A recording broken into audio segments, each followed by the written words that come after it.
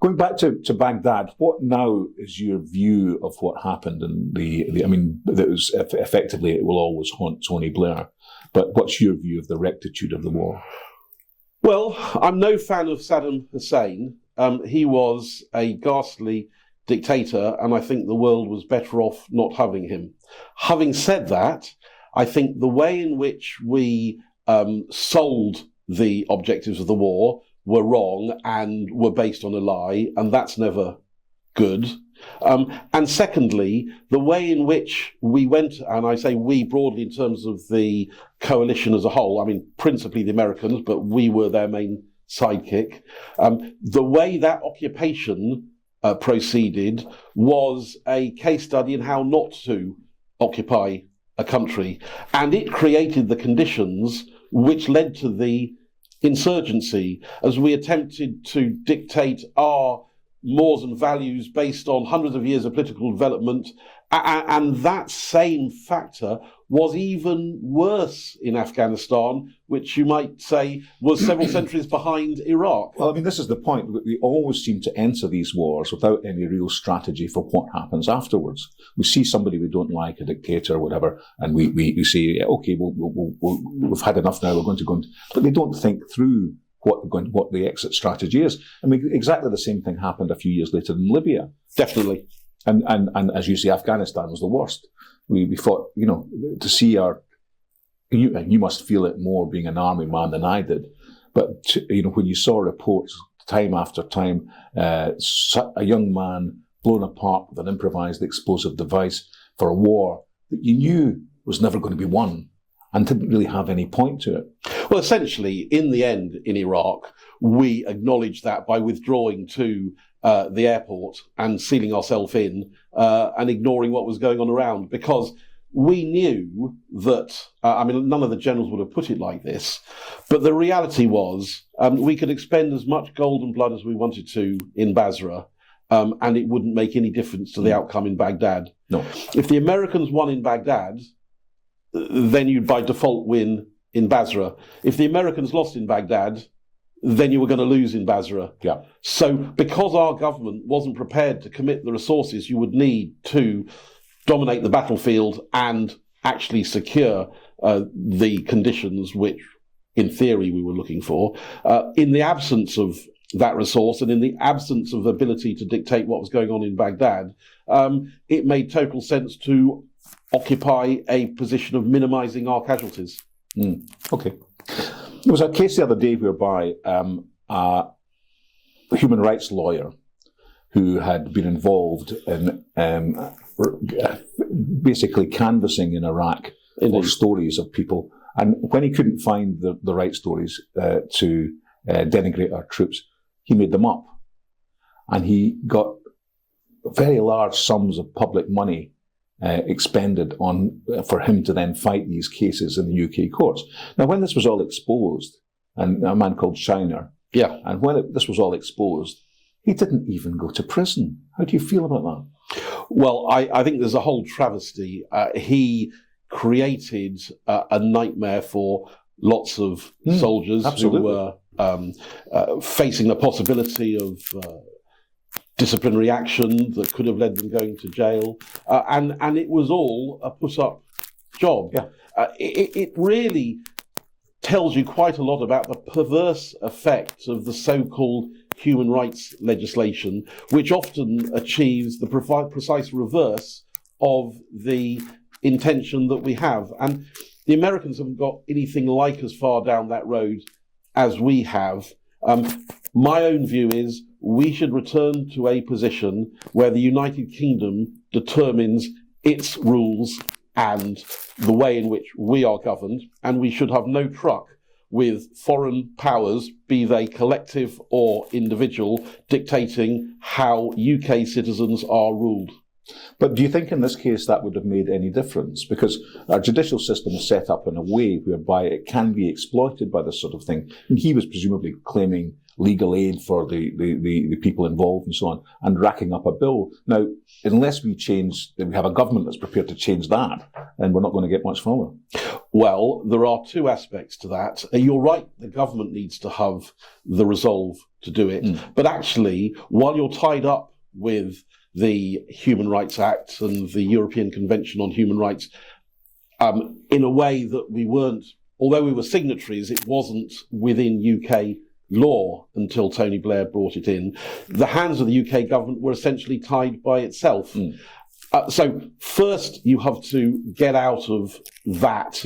Then it's a necessary condition that the government has the resolve to actually retake that control. And then if we make stupid decisions and we leave our troops exposed, we know exactly who to blame, and that's our own government. And it's that accountability to the politicians that we need to restore. Yeah, I couldn't agree more. You say, we'll leave EHCR, but what do we, if we then replace it with something just as stupid, then we haven't really made any progress. I mean, this is what happened really with Brexit and immigration. We said that we were going to stop immigration and take back control. Now, we took the power to do that, but then we didn't do it. Well, we actually did the precise reverse. We took back the power and then we opened the floodgates.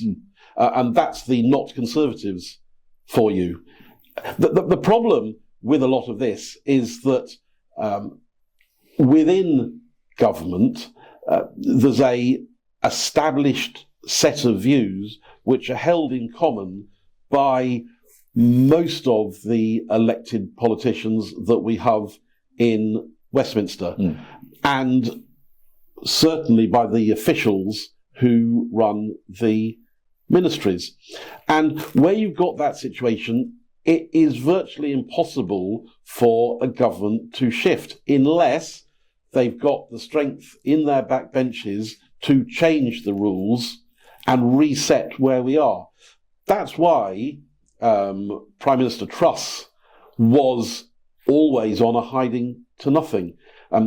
I think she was partly the author of her own misfortune, but nevertheless, I think that it's also true that there may not have been a conspiracy in the sense that people met in darkened rooms, but there was a collective desire to prevent her from implementing the policies that she set out. Well, I think, Nick, if you look at it in detail, I think there was a conspiracy. Because I think that the way that the Bank of England manipulated the situation in order to have the bond yields explode and get rid of her was quite deliberate, in my view.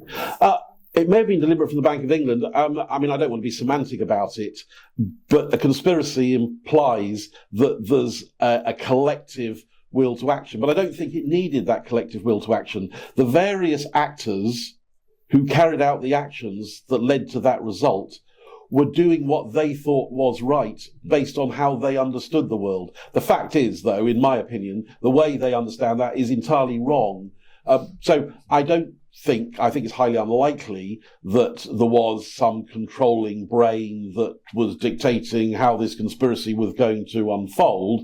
But you might say, why does it matter? Because the net effect, the effect was the same. I agree. The same. This is the problem you have with. I had a quick chat about this with David last week about conspiracy theories, and a conspiracy theory is only a conspiracy theory as long as it's proven to be false. Once you have a conspiracy theory that you can prove to be true, it's no longer a conspiracy theory; it's a fact.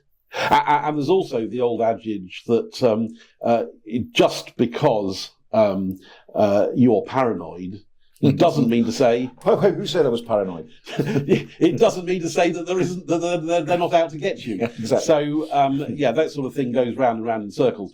But the bottom line really is that there are so many divorced positions of power that are not accountable through Parliament that a government will always be second-guessed. And the problem for the Conservative Party, where there are some politicians that do occasionally venture support for policies that I would think are more sensible, have no chance of implementing it, because quite aside from this establishment being opposed to it, their own backbench colleagues will not support them in doing it. Indeed. And so any Conservative leader, however sensible, is doomed to failure because of the stable that he sits in. Yeah, I mean, I don't think Truss, although she got elected, she was elected by the membership of the Tory party, not by the MPs. And I don't think she ever had the support of the MPs. No, that's very true. I mean, she had the support of enough MPs to get on the ballot,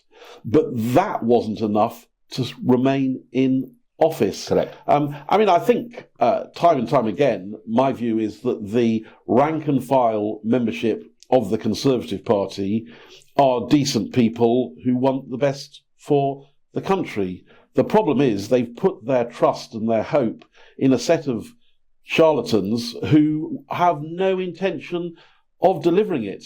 When Theresa May said about the nasty party, she was referring to the members, but she had it precisely the wrong way round. It's true the Conservative Party was the nasty party, but the nasty party was the elected officials betraying their members, not the grassroots members. Theresa May's almost her last act in government was putting net zero into law, and that's been her legacy.